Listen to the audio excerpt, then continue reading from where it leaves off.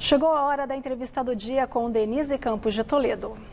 E nós vamos falar agora sobre o combate à pandemia no Brasil e as expectativas quanto à CPI da Covid. Eu converso com o Luiz Henrique Mandetta, ex-ministro da Saúde. Ministro, boa noite. Boa noite, Denise. Boa noite, amigos da Gazeta. Prazer estar aqui com vocês. Bom, vamos começar falando da CPI. Eu queria saber se o senhor acha que é adequada essa investigação, toda essa apuração que se deve fazer em relação à atuação do governo federal, estados e municípios. Eu acho que CPI é bom ser feita quando você termina o enfrentamento da doença. Só que isso deve acontecer só no ano que vem. Aí, se fizesse no ano que vem, ela ficaria marcada como CPI em ano de eleição. Então, se tivesse que seja agora, porque tem um distanciamento, o Senado é maduro, tem senadores experientes, tomara que seja uma condução para o bem, que não ajude mais o vírus, mas que ajude mais a população.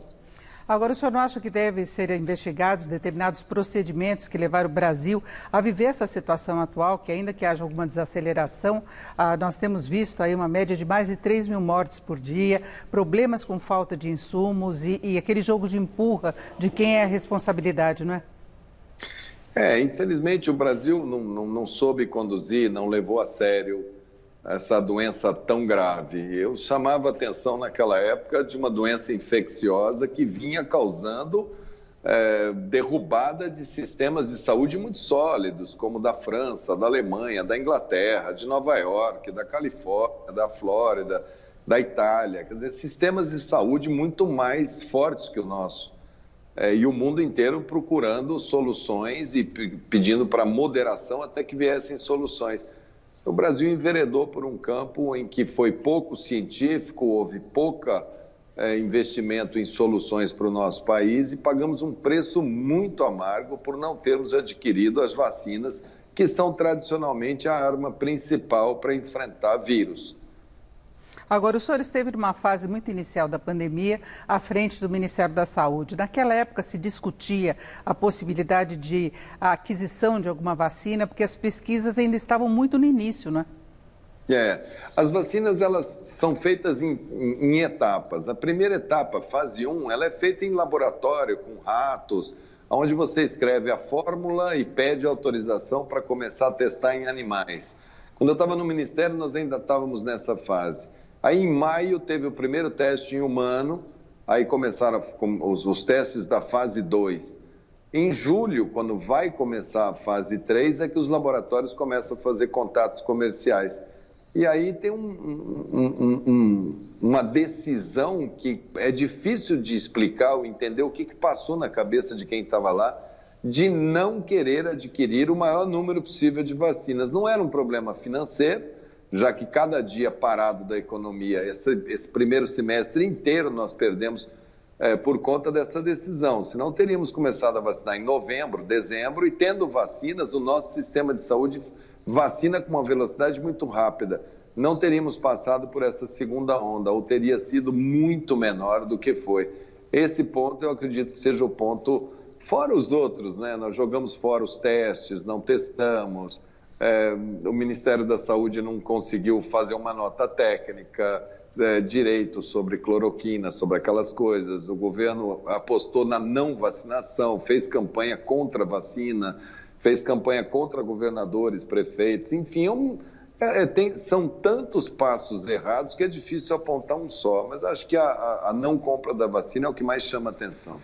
Agora, desde que o senhor saiu do Ministério da Saúde, seu nome começou a ser citado como um possível presidenciável para as eleições do ano que vem.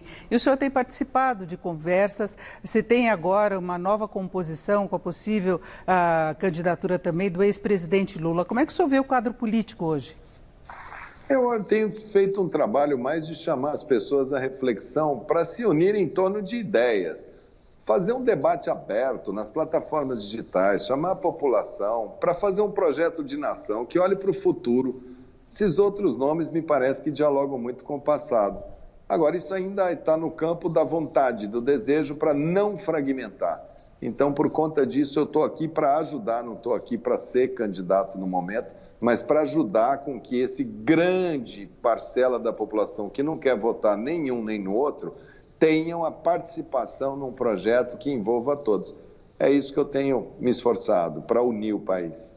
Agora, nós já tivemos nas eleições anteriores uma pulverização muito grande do centro. E hoje a gente ainda vê vários candidatos que teriam mais ou menos o mesmo perfil ideológico, pelo menos, claro que tem variações, tentando se unir em forma de forma que seja possível definir um único discurso. Isso não soaria muito fraco junto ao eleitorado, que tem assim, a favor de Bolsonaro, anti-Bolsonaro, a favor de Lula, anti-Lula? Isso é pesadelo. Imagina um país que vá para uma urna sendo chamado para votar quem que você odeia mais. Que país que vai para frente votando em critério de ódio? Ah, eu odeio mais esse, eu odeio menos aquele. Não pode ser assim. Eu acho que essa via chamada de centro ou de terceira via, para mim ela é a via única que você pode ter num país que quer olhar para frente.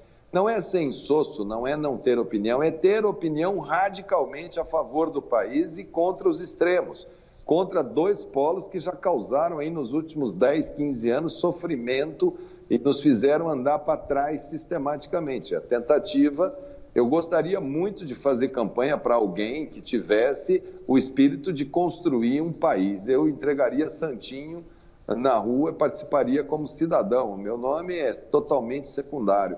Eu só gostaria que o país tivesse uma razão para acordar cedo, uma vontade de se entender, de parar com essa ruptura da Liga Social Brasileira. Eu acho que sem união isso não vai. Como é que vai ter liderança desses dois para andar no mundo? Vão se apresentar como? Vão sentar nas mesas de negociação com quais credenciais? Tem crise enorme emergindo, a crise da educação, a única das políticas que paga essa dívida social.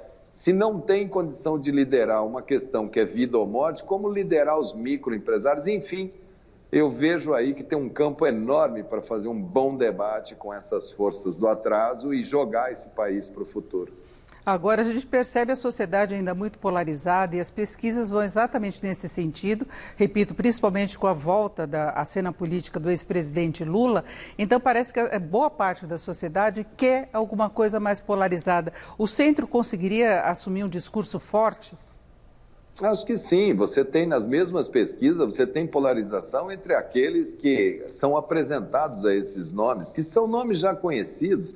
Eu estava na faculdade, antes de entrar na faculdade, eu já escutava em Lula. Quer dizer, é uma pessoa que já tem um histórico aí. O Bolsonaro está todos os dias também em todos os meios de comunicação. Isso é natural que eles tenham recall.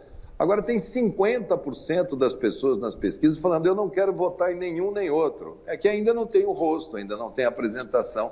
A eleição é em 2022, nós temos que atravessar 2021 inteiro ainda. Acredito que gradativamente isso vai... Na hora que você for prestar atenção no cenário eleitoral, isso só tende a crescer, não tenho dúvida nenhuma.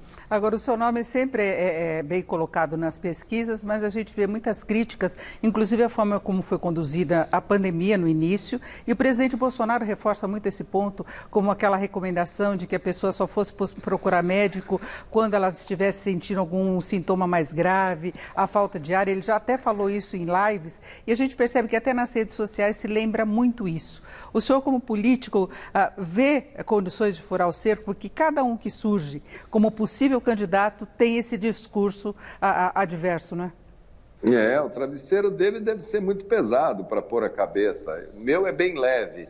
Eu me lembro no início da pandemia, nós não tínhamos nenhum caso dentro do Brasil. As pessoas iam para o hospital muito mais por medo de estar com uma gripe qualquer. Então, a gente fazia a recomendação de estado gripal em geral. Depois foi montado todo o sistema de acesso. Se o sistema aguentou aquela primeira onda, foi pelo trabalho que foi feito de escalar o sistema de saúde.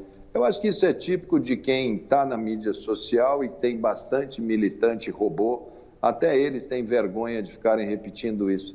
Mas é nada que você não consiga dialogar. Eu dialoguei muito com o povo brasileiro. A gente fez um trabalho dentro da consciência que a gente tinha que fazer, alertou as pessoas, entrou na casa das pessoas com a mensagem correta. Ainda bem que fizemos aquele trabalho que foi o que aguentou aquela primeira onda. Pena que eles não continuaram o trabalho, tiraram o Ministério da Saúde. Se for falar por frases, quem que falou que vai morrer quem tem que morrer? Como assim? Qual vida que é descartável? E daí? Eu não sou coveiro. O brasileiro tem que ser estudado porque ele mora no esgoto. não vou comprar vacina de São Paulo, não vou comprar vacina. Vacina vai te transformar em jacaré, vai mexer com o seu DNA.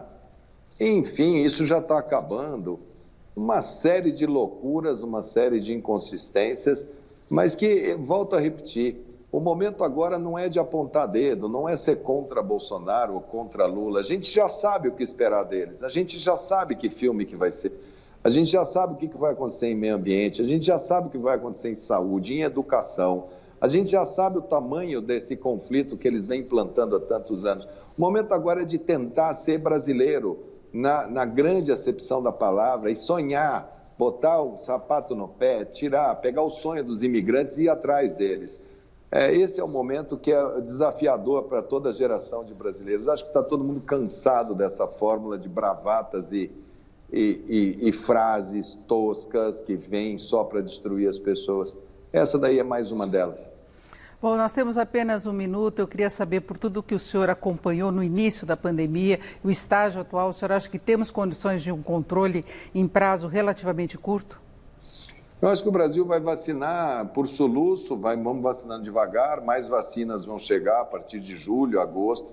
Acho que até outubro, novembro, a gente deve estar com o quadro bem melhor controlado. Sendo otimista, que eles não errem mais do que eles têm errado, até outubro, novembro, a gente deve estar com o quadro controlado. Inclusive com a CPI em andamento, que talvez dê exemplos do que deve ser feito, né?